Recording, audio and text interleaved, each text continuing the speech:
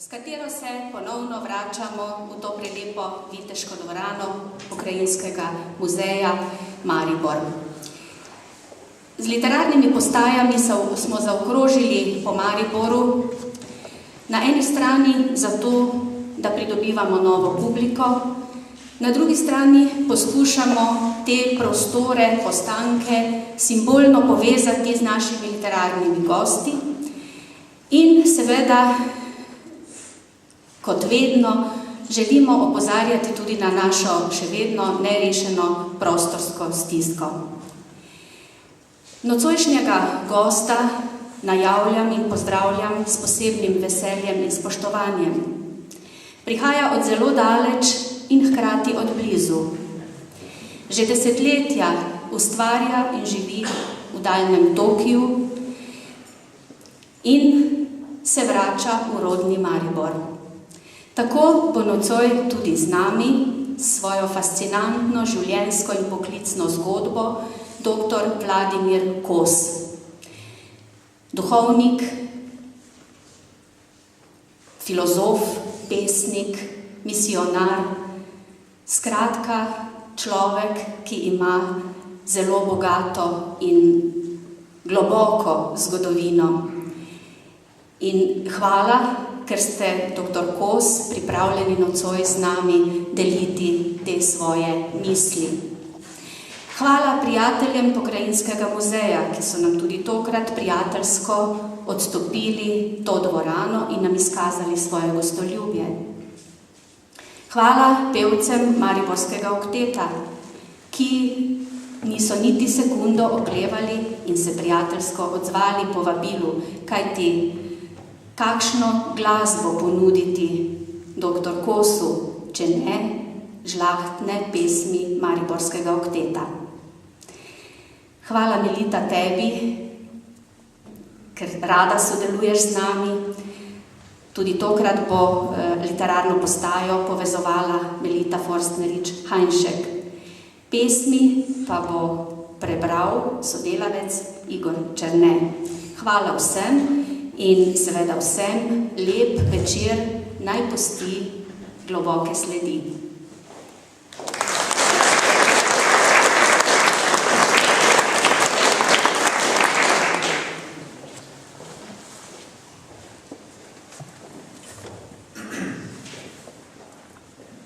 In spet je k meni prišlo hrepenenje, smehljaje, ker se res razumeva. Ti, hrepenenje po poteh morja, po krajih, ki jim zemljepis le sen je. Saj vem, da nimam časa ne denarja, a človek sem in duh lahko prodre celo skrivnostne kraje onstran zvest in v pesmi, ki ljubezen ustvarja. Ni to dovolj o hrepenenju peti, vse tisti, ki resnično ljubijo, kaj vse v ljubezni skriva se, vedo. Previs, napor, solze, svetle v obstretih.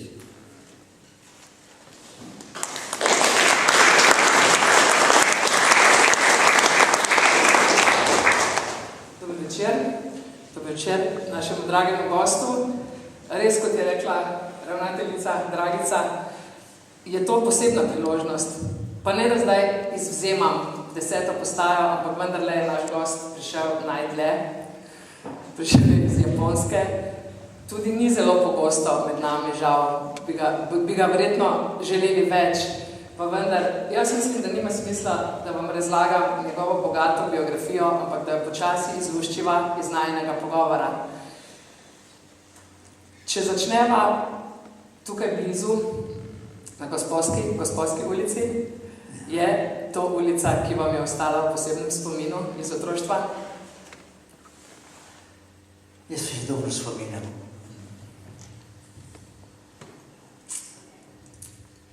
Ampak tisti časi so.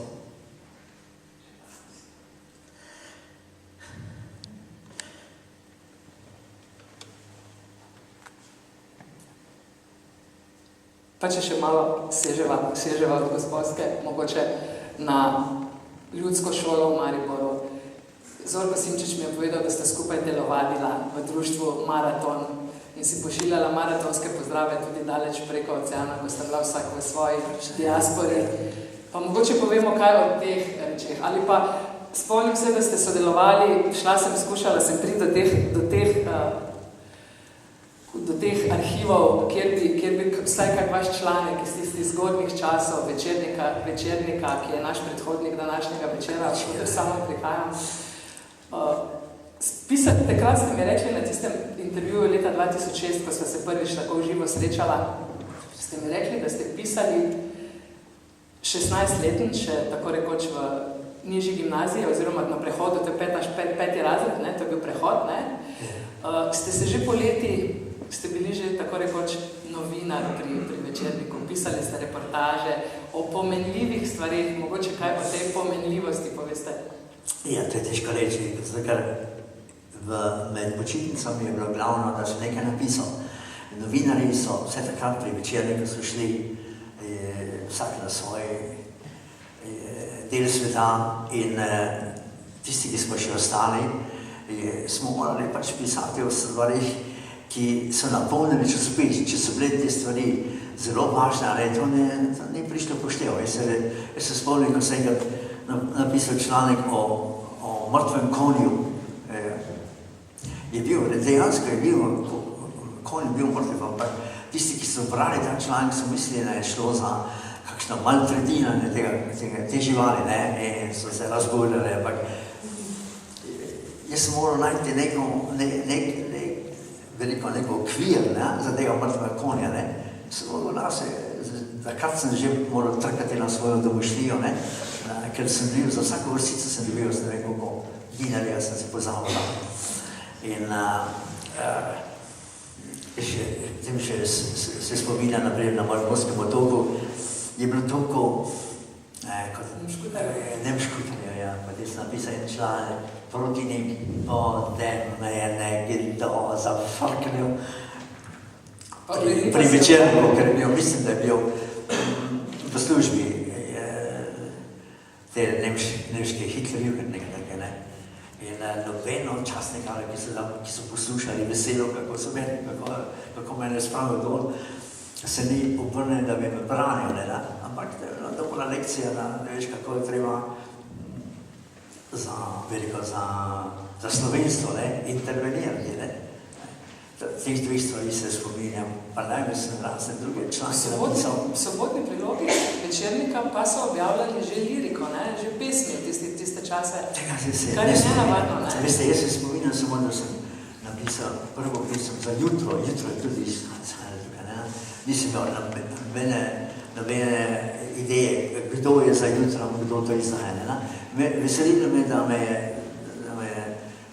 da so mi tretji šolci v osnovni šoli napisali tisto pesem, ampak če se zdaj spomnim, kaj je na vsebina tega, me je sram, da bi to povedal, pa je boljše pozabil.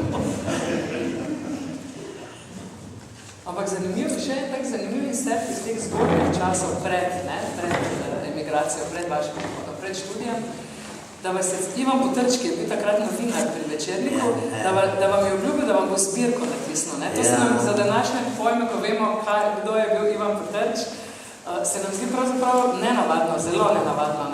Jaz ga večkrat, sem videl, da je prihaja in odhaja iz hiče, kjer je stanovali.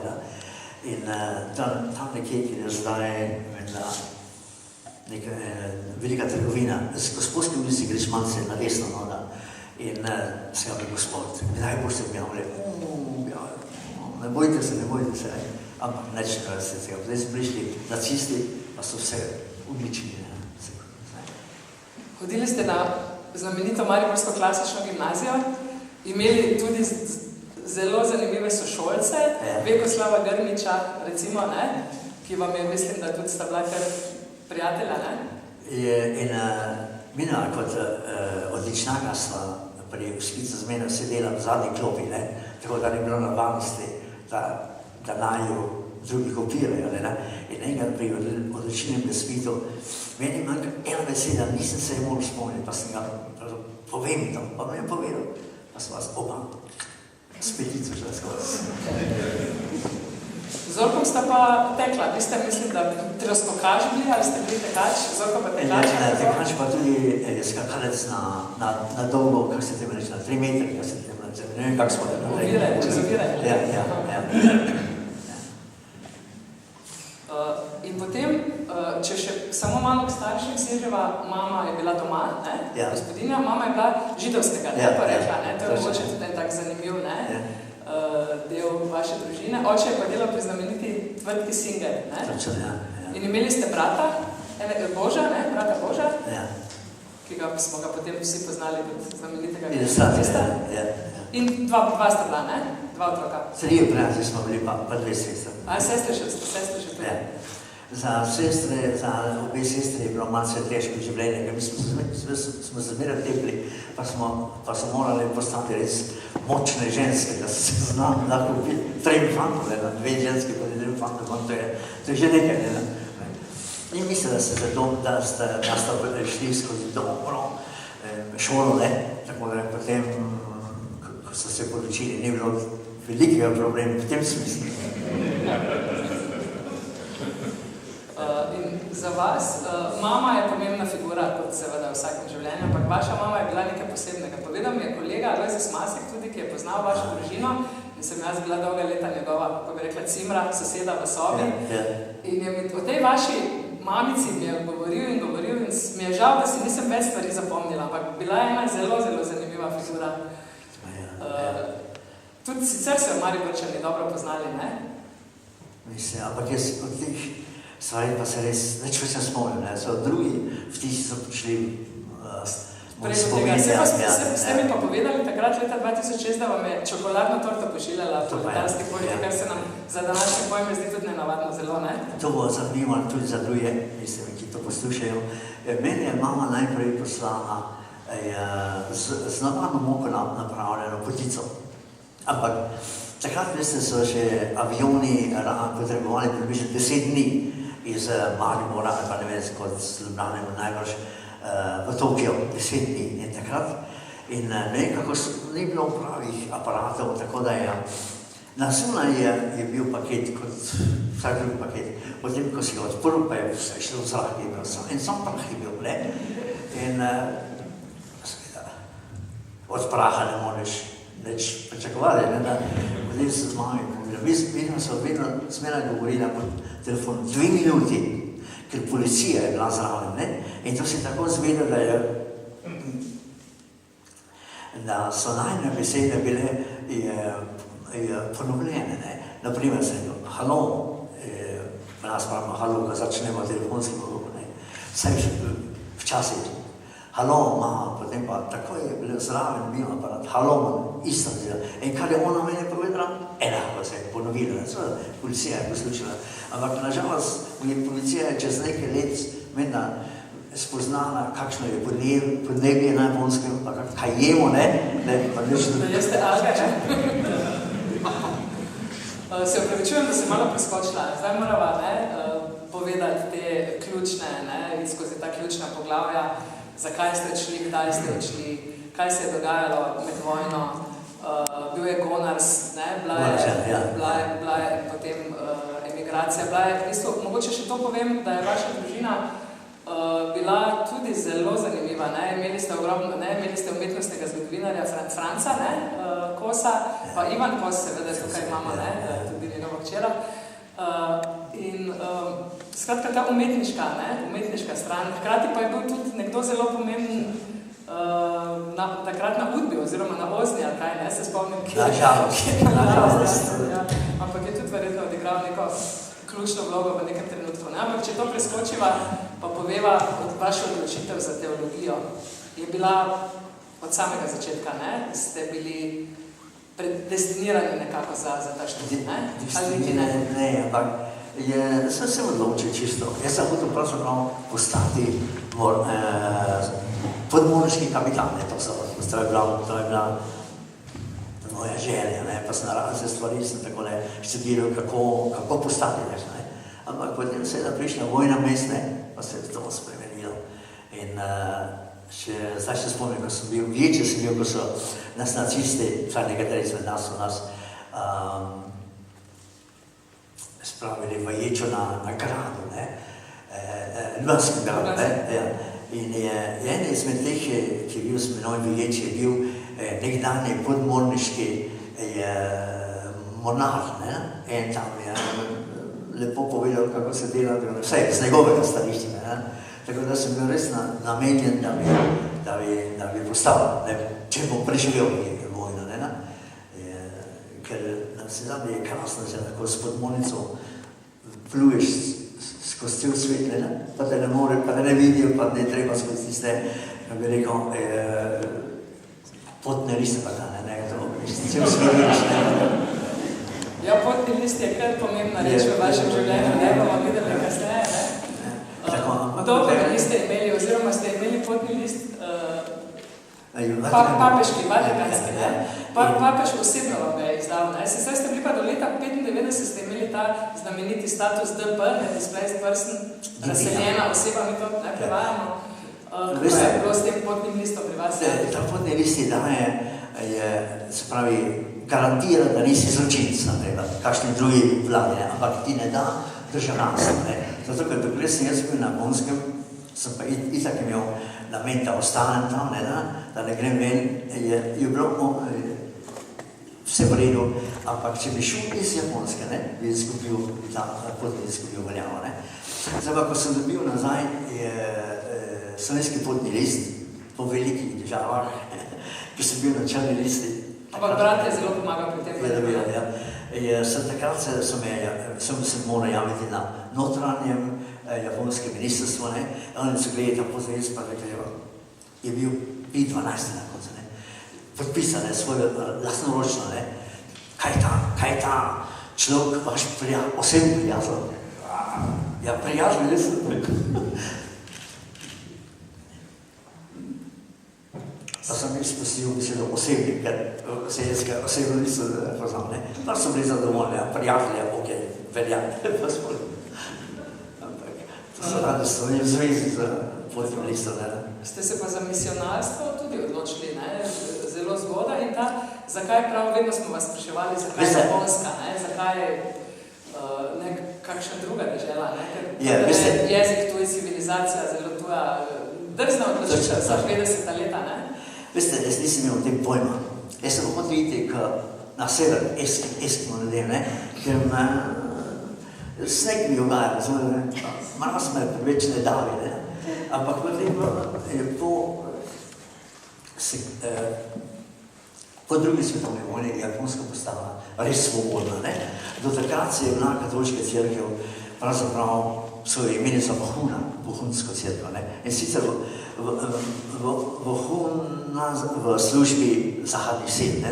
In tako so tisti misionarji, tudi Nemci, naprimer, čeprav je bila Japonska povezana z Nemčijo, so bili pod strogim policijskim nadzorstvom. In skoraj vsak dan so imeli obisk od tajne policije. In jih spraševali, da so nekateri misionarji so izgubili živce, so zboleli. Tako na koncu vojne je bila tako rekoč zahodnjaški del misijonskega delovanja na Japonskem zreduciran na minimum.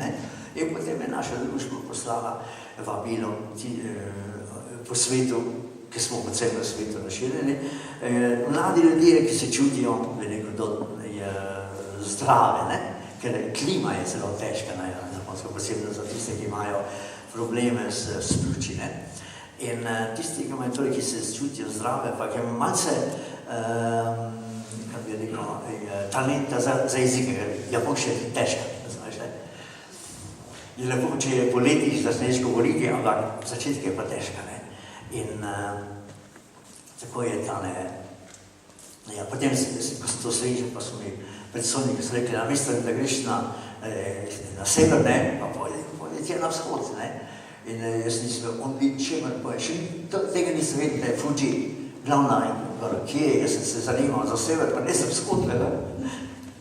Odločitev se pravičujem prav za jezuitski red, ki velja za najstrožjega, za nekakšno policijo, to mi seveda laiki tako gledamo na to, za nekakšno policijo je težke besede, najbrž smo, ne poznamo dovolj. policija ni, to bom lahko reče, ampak je tako, da moraš biti v formi, ne? In moraš imeti, bi rekel, neke vrste, bi rekel, inteligenco, ne, ker tako moraš delati, ne. Jaz sem moral potem učiti na Tokijski univerzi in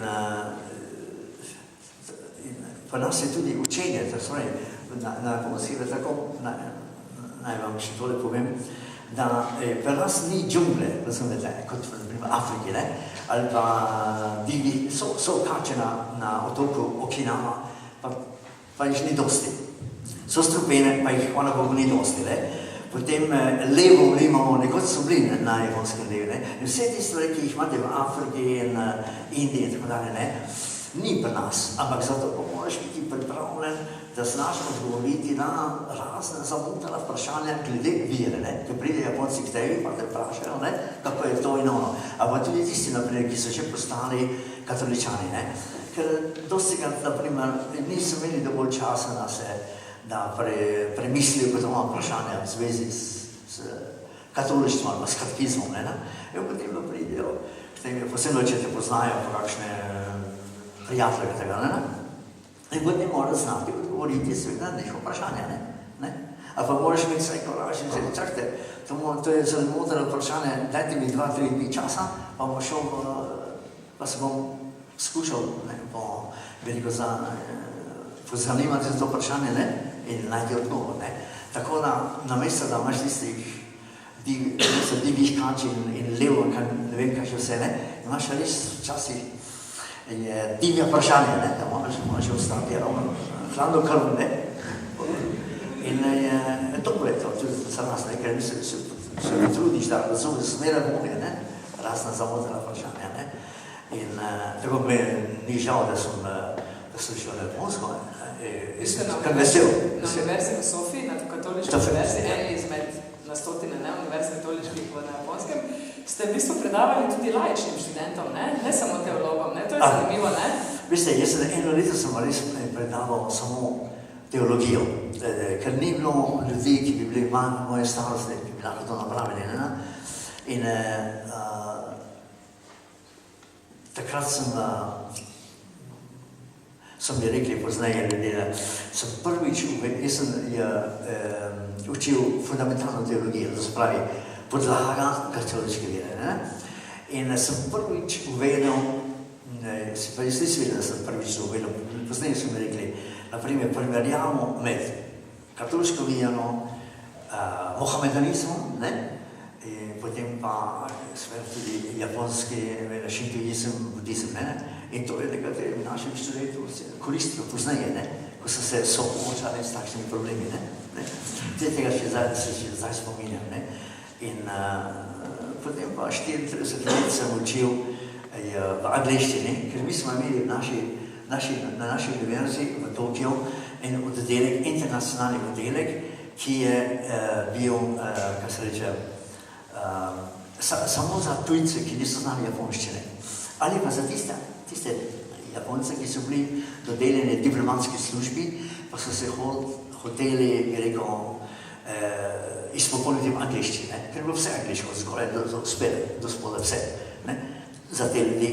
In tako sem skušal približati od vseh Tomaža Akvinca, ampak v moderne obliki, ne. In do neke mere upam, da sem je posrečil, do neke mere, ne. Ker so se iz mojega razreda vsaj 3 odločili, da bodo šli študirati še dalje, filozofijo v Anglijo, Avstralijo, Ameriko, ne. To pomeni, da niso bili nezadovoljni, ne, s tem, kar se je povedali. Greg bi bil, če ne bi hitro zdaj prešla k poeziji, kaj ne? Prosim. Za vašo poezijo je verjetno zelo pomembno, da ste šli kot misionar najprej se učiti angleškega jezika na Irsko, kjer ste se blizu spoznali z Thomasom Sternesom Eliotom, Spencerjem. Mislim, da je to najverjetno zelo, zelo vplivalo na vašo drzno poezijo. Verjetno ste jezuit, zdaj oprostite mojemu laičnemu vprašanju, ampak verjetno ste edini jezuit na svetu, ki je pisal takšno poezijo. In ste včasih verjetno imeli v svojem redu tudi zaradi tega, ko je šla zbirka Večer Tokio, ste imeli kar težave pri vaših nadrejenih, ne? Ja, to je pa zato, ker takrat je bil tisti predstojnik v Rimu, ne razumel, da se književnosti. Pa sem tudi to srečno prešel. Ampak prav neverjetno je, kakšno poezijo ste pisali. V bistvu, če bi v tistem času vas preslikali v Slovenijo, bi to bila drzna, modernistična, ne vem, bi vas uvrščali med verjetno najdrznejše moderniste. Če sam pogledamo, škoda, da nimamo te zbirke, mogoče bi Igor iz te zbirke, ki je šla leta 61, bomo potem 61, v Tokiju, verjetno edina slovenska pesniška prva in verjetno do zdaj tudi edina slovenska pesniška zbirka, ki je šla na japonskem, pri japonskem tiskarju in mogoče... In lahko noč med polji Tokija, po visokem mesecu molk sodeč je pozno, toplota nizkih vej se tudi vrača. Odšel bom k postelji snov izgnanca, koliko stvari zgradil bom. Sobico z rožnato zaveso, senčnikom iz rjavega stekla z leseno vibo za knjige ska. Moj pes renči, ob stolcno ni nesmiselnost v oranžni pižami. Njene tihe oči me prosijo sladkega greha. V zrdenje prsi se sklonim, ugrize zgorelih mož na njih. Nož sune med razprte kosti srca. Ura, pes, 1.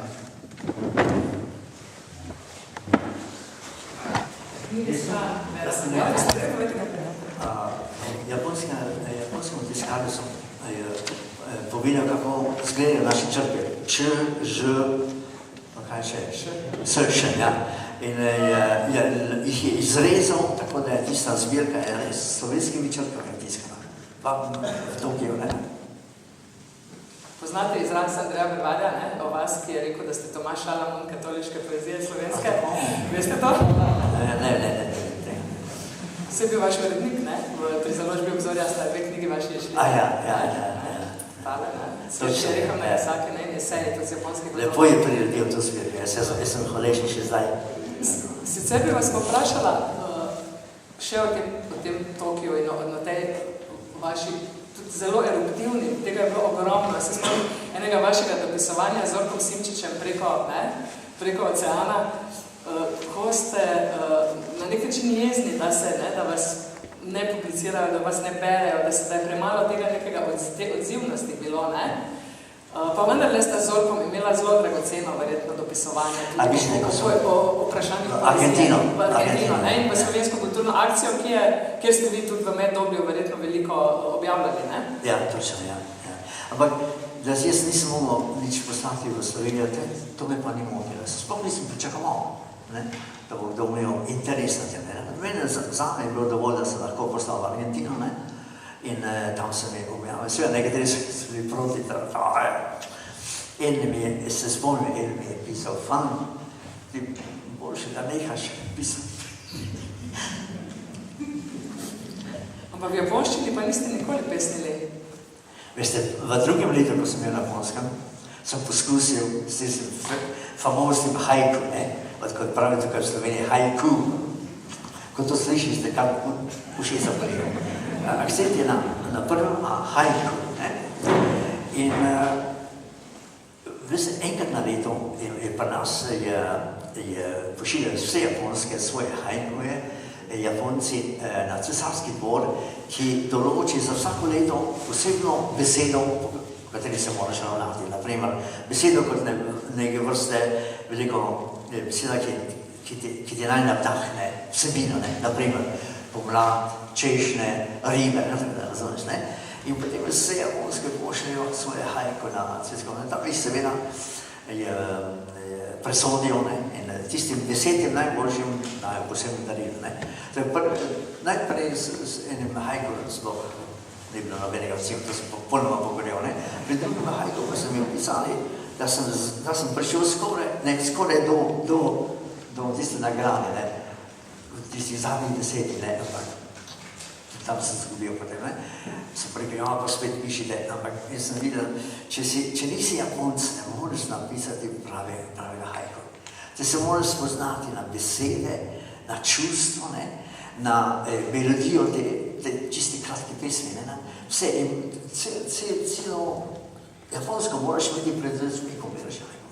Ker ponavadi je prva beseda, ki jo najdeš v haiku, je beseda o sezoni na japonskem. Neka beseda, ki je takoj pričala pomlad, poletje, zimo ali pa jesen. Ne? To takoj veš, za kaj gre, če tam živiš.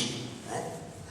In potem imaš čisto izvirno, jaz bi rekel, sonoriteto japonske besede. Ponavadi, ko govoriš, je lep, japonščina je lepa, ampak ni tiste bi rekel, globoke, kaj bi rekel, tiste globokega čustva, ki te zadene, ko poslušaš stare besede, ki so noter v haiku. In potem takoj vidiš, v kakšnem okolju si, kaj hoče povedati. Pa to ti manjka, če nisi navajen to. Jaz sem rekel, nadaljujemo slovensko pozivo. Ampak z mnogimi podobami iz japonske narave. Več kot pol stoletja ste že tudi Japonec, ne? 56 let. 56, ne? Ja. In vi ste odhajali, vem, da smo bili z Karmino Slovenijo nekrat na Japonskem in smo se skušali z vami dobiti, pa ste povedali, da meditirate pod goro Fuji, oziroma ne meditirate, ampak da ste na teh nekih, ne? In seveda pišete. Verjetno so to bile te vaše osame, v katerih ste lahko, ker vaše japonsko življenje je sicer bilo tako socialno zelo razgibano. Vi ste tam ogromno delali z reveži, ne, v teh domovih, kjer ste morali biti tudi v vlogi mame, očeta, brata. To si tudi ne predstavljamo, ne. Brali smo nekaj o teh japonskih cunjarjih v nekih prejšnjih časih že, ampak vi ste te faze japonske družbe po Hirošimi ste verjetno zelo natančno seizmografo opazovali, verjetno in jih tudi... Če ste hoteli takrat, to je bilo v teh prvih letih po vojni, naprimer v Tokiju, to spravi na periferiji Tokija, delovati med temi ljudmi, ste morali tam živeti, ker sicer, veste, tako, Japonci ne marajo prositi, naprimer za denar, tudi če prosijo za druge, in tako so se čudili, naprimer, ko sem jaz prišel, seveda sem imel vizitko z univerze, pa se čudili, kaj pa mi delate tam,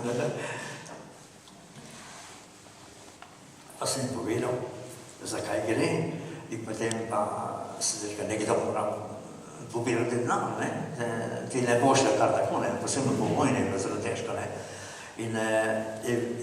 pa kje vi živite, so gledali na vizitko, to je v centru Tokija, naša univerza, jaz pa živim na periferiji, to je čisto drugače, potem veš, kakšne so potrebe, in potem lahko govoriš z ljudmi, tako kot da živiš tam, razumeš, in to je bilo enostavno potrebno, Dopolne sem šel na univerzo, učil se popolne, pa sem šel potem. Tudi noči ste kakaj preživeli z njimi, če so je bilo potrebno? Ne, jaz sem skušal biti doma, ker je takrat ni bilo zelo varno, da so se noči prebili tam v predmestju, pa na periferiji. Zvečer sem skušal iti, včasih pozno, ampak sem šel domov spat, to bilo varneje, kje drugje. Verjetno so vas Slovenci, tudi bratje jezuiti, ki živijo v Sloveniji ali pa drugod po svetu, verjetno poznate vse te naše stereotipe, ki smo jim podvrženi v zvezi z Japonsko. Vem, da ste bila čisto šokirana, ko ste mi o Hirošimi pripovedovali, da se je skoraj da morala zgoditi Japoncem, da je bila situacija tako pošastna takrat, da so razmere bile take, da so malo da ne ženske že trenirali, da bi z bambusovimi palcami napadale tanke. Skratka, to je za mogoče eno tako evropocentrično ali pa z našo pamet nekaj nezaslišanega. Veste, tako je. Če se postanete prijatelj Japoncem, ko se res sprijaznite z njimi, oni vam zaupajo, vi pa njim, potem lahko včasih pride, jaz sam tega vprašanja ne postavim, ampak oni sami pride včasih pa rečejo, veste, je že dobro, da so Amerikanci z dvema bombama končali vojno, in potem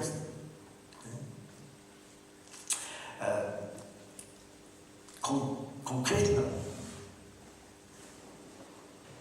veš za tiste razmere, ki so vladali. Militaristi so hodili na vsak način nadaljevati, tudi če uničijo Japonsko, vse to je bilo. In potem pa doma so bili to pravi, v podzemlju so bile tovarne, ker nad zemljo so jih bombniki uničevali. Torej, vse tovarne so skoraj bile pod zemljo, tam so delale žene z otroki, potem pa tisti možje, ki so bili bolni, ali so se vrnili z fronte bolni, pa zaradi bolezni niso mogli tje. Kako so se pripravljali na vdor Amerikancov na Japonsko z bambusovimi sulicami, otroci, žene, pa tisti bolni možje.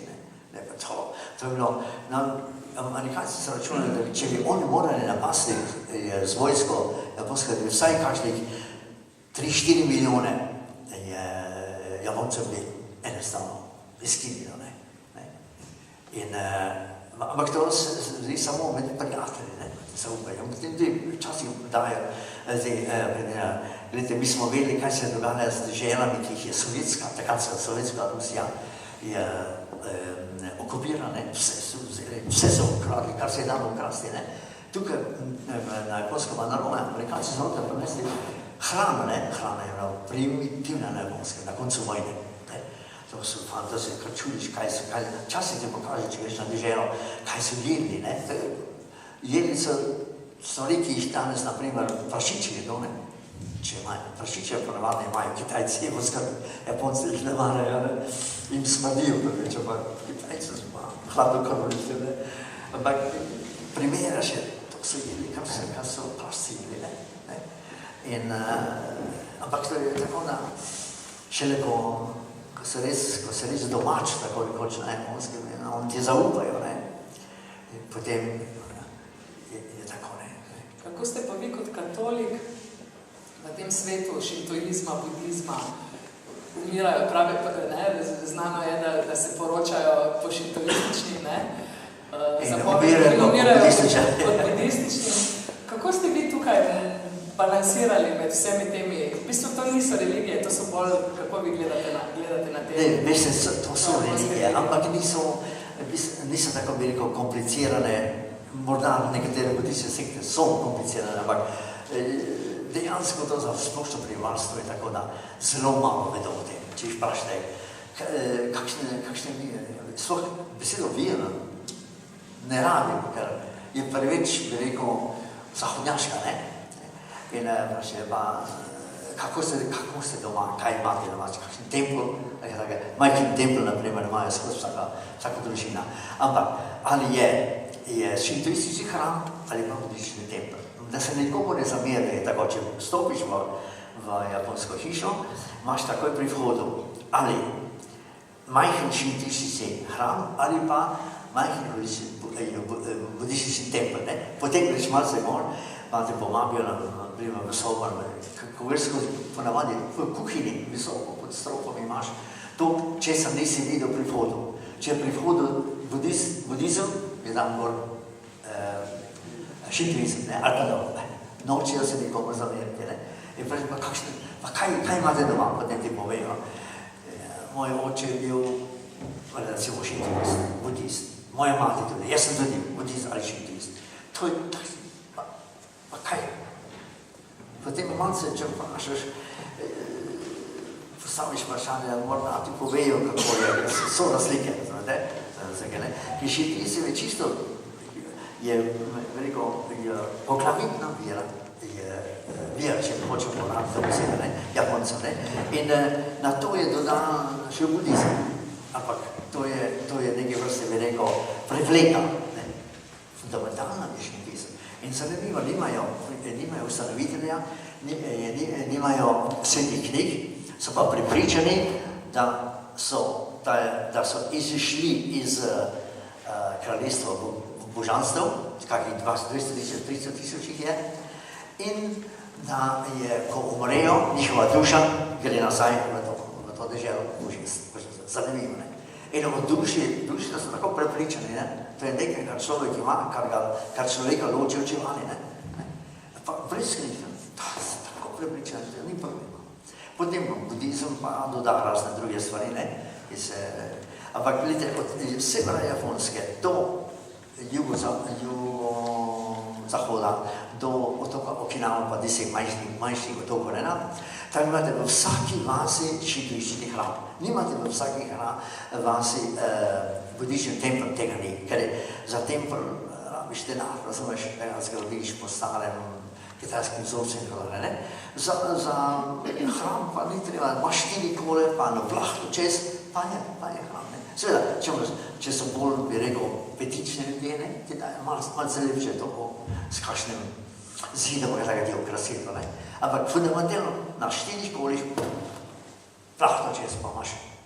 In oni so prepričani, da enkrat na leto pride eno od tistih 300 božanstv, pride tje, posluša njihovo petje, kar je zelo lepo, njihove plese gleda, tudi še lepše kraslo, kar uživaš, ko poslušaš tisto starodavno glasbo, s piščalami pa z bobni, to je krasno, to je čudovito. Lepši po naši moderni plesi, veste.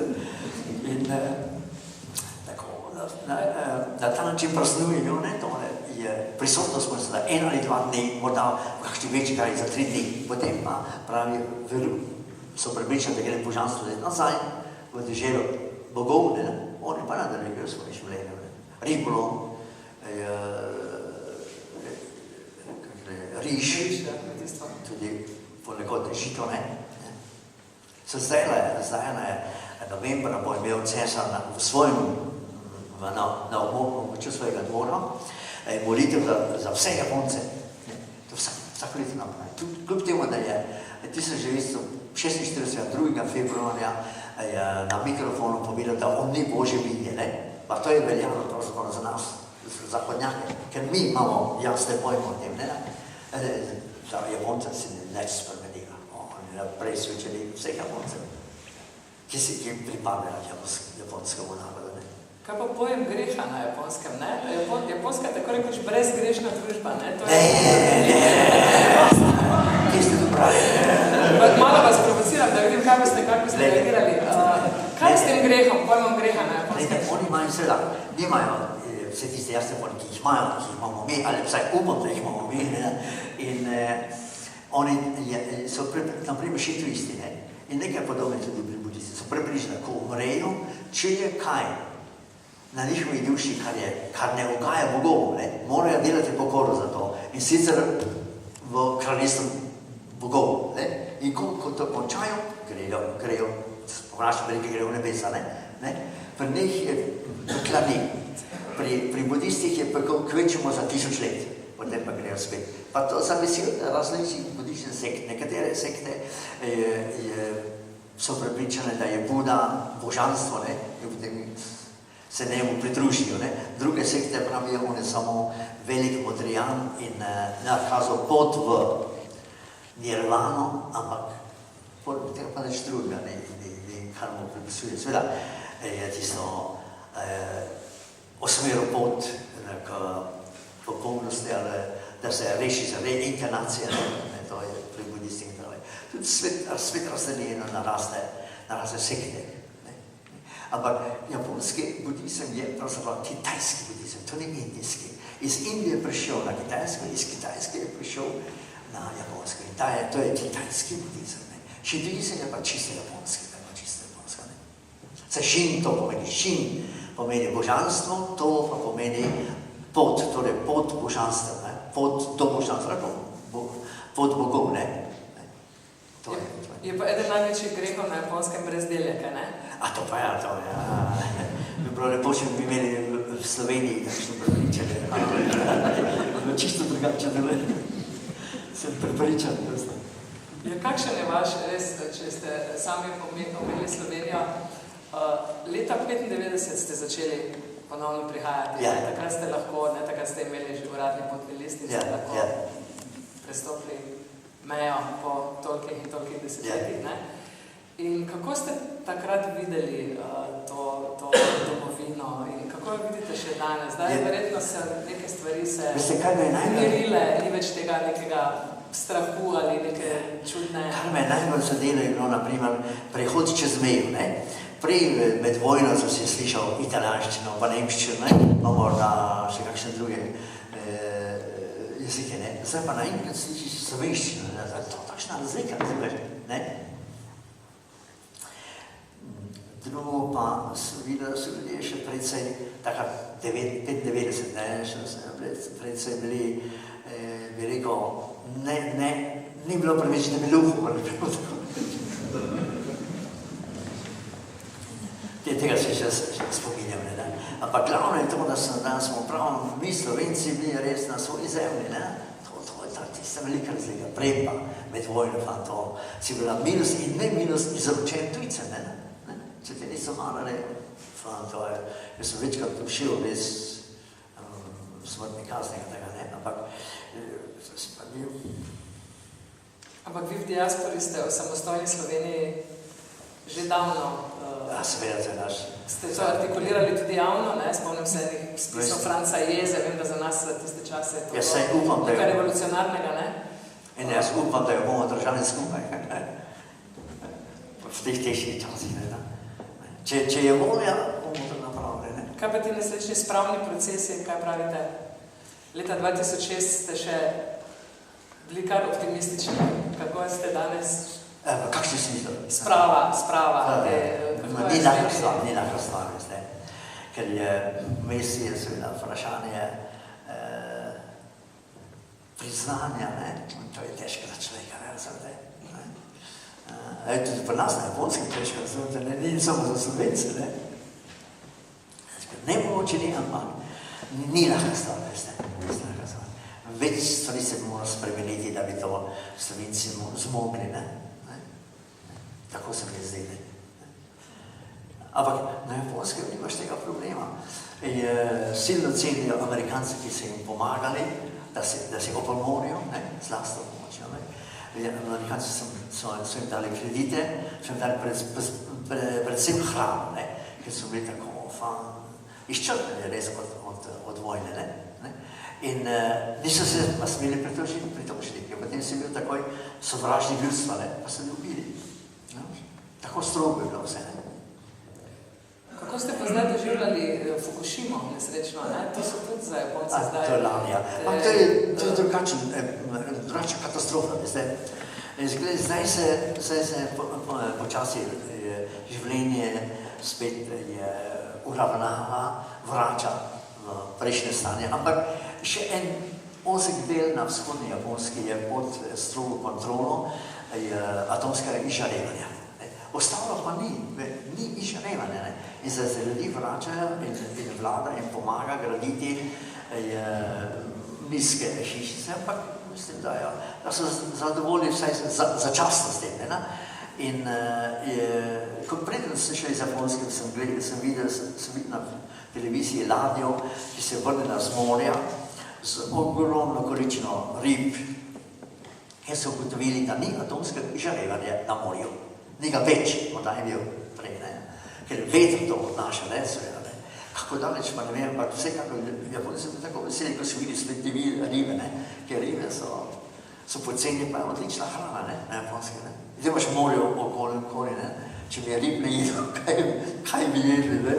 Saj lahko ješ meso, ampak ribe so, posebno surove ribe, odlične. Vi ste zapriseženi japonskemu načinu življenja, ne? Tudi čajnim obredom, prehrani. Se že zdaj veselim na surove ribe. To je odlično. Potem v Sloveniji kar trpite, verjetno, kar se tega tiče? Ne, Slovenija pa spet drugačna hrana, ni problema. Vi ste tudi Prekmurec, ne? Vi ste rojeni v Murski Soboti. Videla sem vas v teh pomurskih leksikonih, kjer se preštevajo ugledni Prekmurci in Vladimirja Kosa seveda si lastijo tudi oni, tako kot si ga verjetno tudi Maribor. Ampak, ne, nič za to. Nič za to, ne. Kako je s tem vašim Prekmurju ste rojeni, pa potem ste zelo hitro šli v Maribor? Ko mi je bilo 3 leta, tako sem poznejši, da se ne spominjam tega, ne. Ko mi je bilo 3 leta, so moji starši morali priti v Maribor. Sicer najprej blizu Celja, potem pa v Maribor. Zaradi očetovega poklica, ne. Tvrtka Singer, ki je imela ekspoziture po... Točno, ja. Sicer pa še hodite s bratom jezuitom v Prekmurje pogosto, ne? Ko pridete v Slovenijo ali ne? Ja. Imate neke povezave? V Prekmurju imam dobrega prijatelja, župnika Hozjela, ki se z njim dobro razumeva in on me smere povabi, da se ostane pri njem vsaj, recimo za en teden, potem pa grejo skupaj plavati. In to je že lepo. Plavate v morju? Ne, v bazenu. Kaj pa studenec pesniški pa nikakor ne usiha pri vas, ne? Pesniške zbirke še vedno v Župnijski urad Dravlje, vam izdaja te knjižice, ki tukaj vidimo. Nove in nove se pojavljajo. Ko smo se pripravljali na ta pogovor z vami, mislim, da kar 2 knjižici. Vlasta je, mislim, da bi 2 knjižici dala v obdobju 3 mesecev. Ja, ne v obdobju 2 let največ. In to niso pesmi s predalov, to so dejansko pesmi, ki so nastale. Ja. To niso s predalov. Ne. Hvala Bogu. V predalih jih ni veliko. V predalih jih ni veliko ostalo. Jih sploh ni. Sploh jih ni. Ker jih ne. Nima smisla ostati v predalih.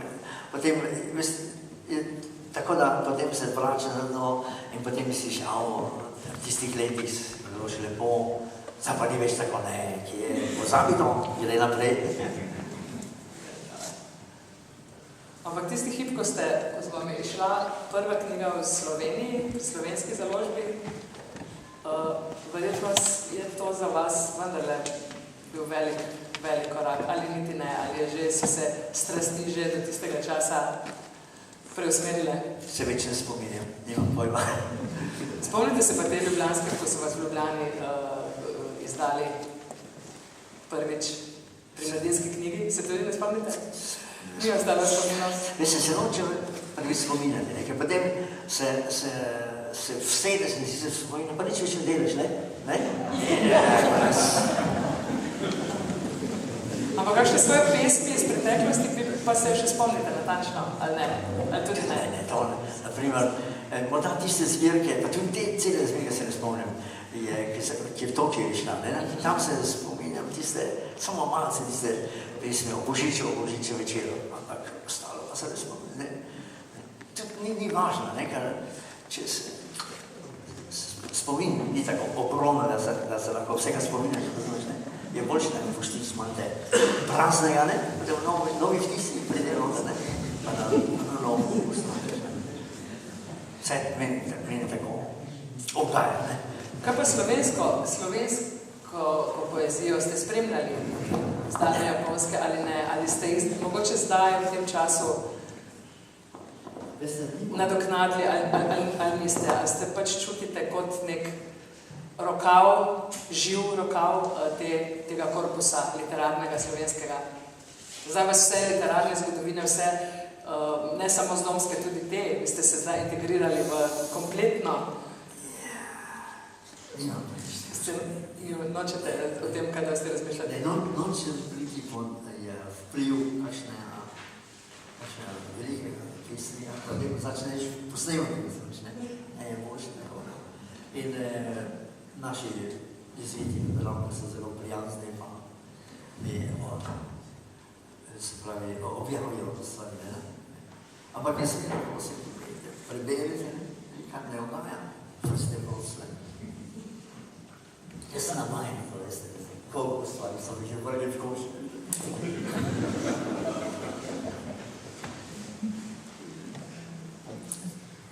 V takšnem življenju, v takšnem delovanju, može biti pripravljeno to, ne? Kako pa se Japonci gledajo na vas kot na Slovenca, pesnika? To se za njih verjetno blazno eksotično. Ne vedo, da jaz pišem pesnik. Ne vedo, da pišete pesnik? Komu ne tako, nema pojma. Vas ni nikoli imelo, da bi prevedli eno pesem v japonščino, pa jo prebrali nekaj javno? Ne? Potem imate zvesto bralstvo samo v Sloveniji? Samo v Sloveniji, ja. Tu pa najbrž dobivate kakšna pisma klasična, ne? Od kakšnih pravok sem prepričana? Niti ne? Ne mozi. Še ne. Mogoče pa vam jih prikrivajo.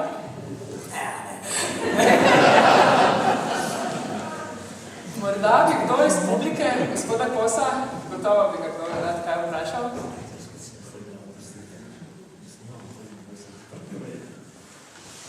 Vita, jaz bi se samo javno zahvalil po mestu Mino. Meni se zgodila lani ena zadeva, ki je neverjetna. Jaz sem Mariborčan, pa sem končal na Rotorui na severnem otoku Nove Zelandije, med Maori. A me slišite?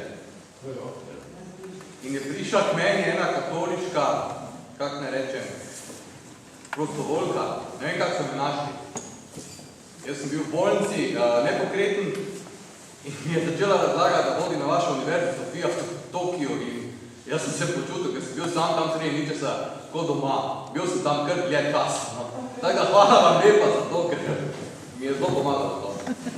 Vaša študentka iz Sofije je gospoda oskrbela v Novi Zelandiji, mislim, se pogovarjala z njim. Kaj naj reči? Da vidite, kako ste globalni. Ja, mi je presenečenje, pa ne lepo. Poklone za. Kdo bi si mislil, ne?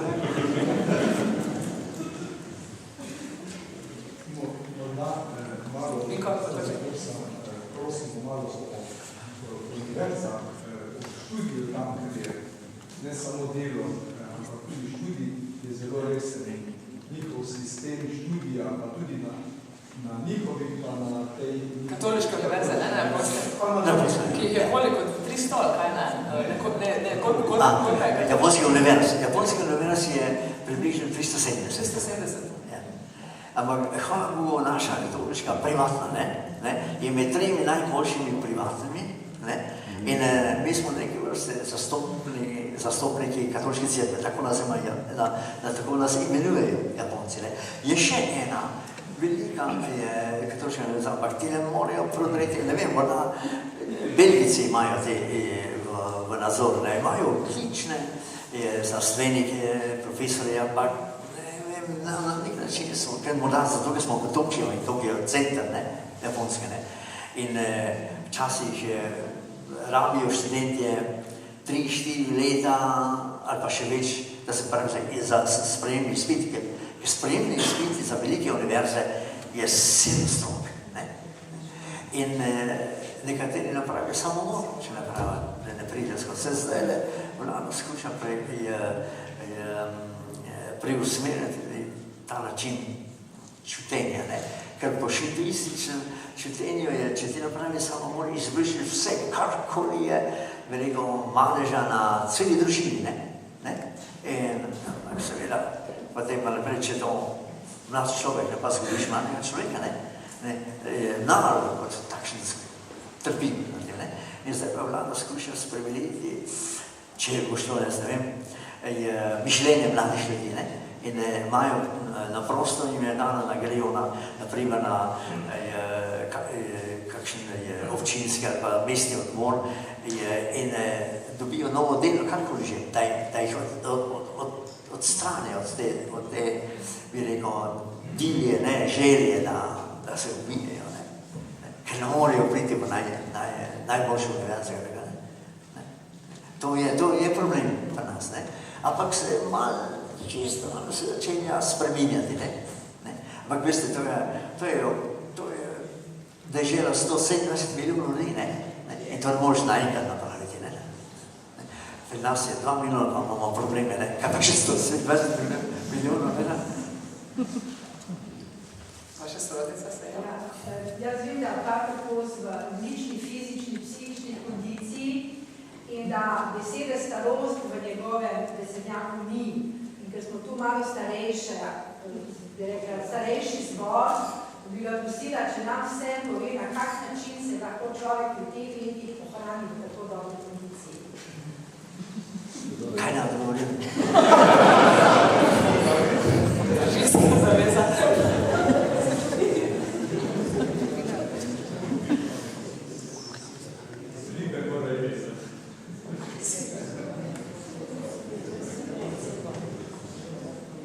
Ni problema. Mogoče pa treba imeti v življenju tudi probleme, ne sme biti lahko, najbrž, ne? Ja, problem je, ne da bi iskali se zmerno, kako je Boga, jasno. Ampak pa ne, seveda, kako jih srečuješ, kako jih rešuješ, ne? To je važno, jasno, ne?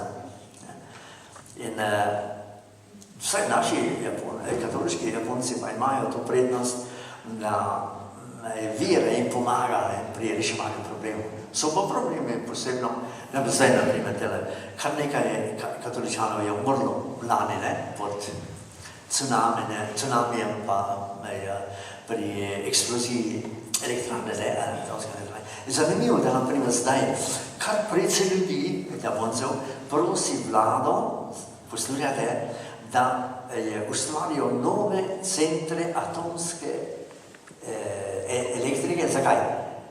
Pa varne centre, ampak več jih je treba, zato ker je ta elektrika tako poceni. Kakor hitro so zaprli elektrarne, po celi deželi so cene švignile kviške. Zakaj? Zato ker naenkrat so morali delati z navadno elektrarno. In to pomeni, da moraš s to energijo izdelovati izdelke za izvoz. In to seveda požre ogromno denarja pa energije, električne energije. In zdaj pa so vsi, niso vsi, ampak kar človek vsak dan skoraj na televiziji sliši, iz tega do onega kraja pridejo v Tokio in prosijo za uvedbo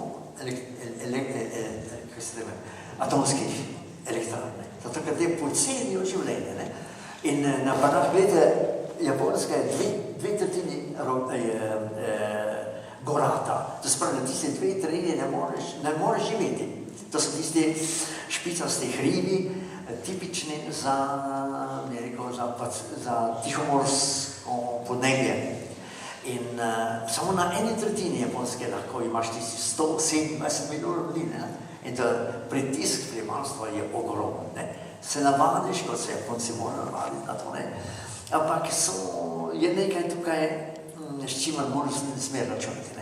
Glejte, sredi glavnega otoka Honshu, kjer je Tokio, pa južno od tega, v mestu Kobe, so odrezali hrib, in so ga prenesli svojo tehnologijo, to lahko napravijo, so ga prenesli v morje, da povečajo možnost stanovanj. In so lepo v morje so to postavili. In zdaj je del Japonske, če ne veš, da so to prenesli kot hrib v morje, ne veš, krasno. In med potresom, tistim, ki je bil med kakšnimi 5 leti, morda več, 10 leti, že ne vem, je ta del morja zdržal. Hotel imaš, jaz sem ga videl sam svojim očmi, pa hiše imaš tam, več stanovanj naročunaš, in je zdržal, ni se pogrezil. Ampak kaj se je zgodilo s podnebjem? Tisti del hriba odsekal, to spravi imaš ravnino. Zdaj pa, ko je prišel naslednji tajfun, veste to zove, to je dež pa veter, siln veter, in ogromno dežja pride iz morja, ponavadi iz bližine Filipinskih otokov, in se vsuje na Japonsko. In to ti potre hiše. In naenkrat, ker ni bilo več hriba, je vse to prišlo na tisto ravnino, je porušilo hiše, uničilo hiše, nekaj ljudi je umrlo. In podnebje se je spremenilo. Zdaj pa tega nič več ne delajo. Ne moreš. Lahko svojo tehnologijo prenesejo hribe, če hočete, v morje, kot so to napravili.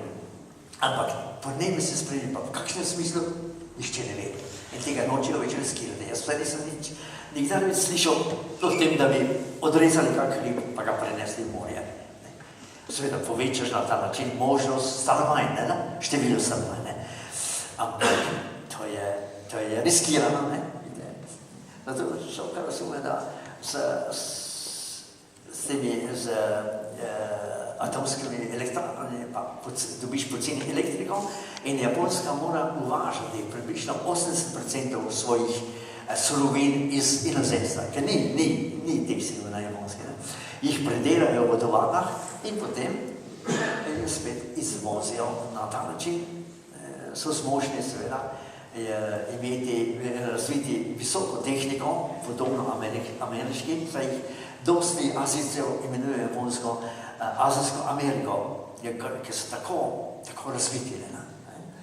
In če kaj izumijo na svetu, takoj Japonci bodo takoj kupili licenco na to in potem preštudirali, kako se to lahko napravi na Japonskem, malce drugače delati, ne morejo internacionalno obtožiti. Ne? In tako da človek razume njihovo željo, da napredujejo kot ostali narodi na svetu. Ne? In če mogoče, da pride na vrh, to je vse. Glede, zdaj se že pripravljajo na olimpijske igre. Komaj so se končali v Londonu, jaz sem že videl na televiziji drugi dan, kako tečejo, da dobijo zlato kolajno. To je njihov cilj. Zakaj? Glede, človek razume. Če je mlad človek, fant, naprimer, dobi zlato kolajno. Ko se vrne na Japonsko, dobi takoj ponudbe raznih družb, da se jim pridruži. Ni mu treba delati, njegovo ime je dovolj. Razumeš, to seveda, kdo bi se ne lotil tega, ne? Potem dekle, če dosije zlato kolajno, ima ženitne ponudbe na mizi, ko pride nazaj. To seveda, v pri vas 127 milijonov.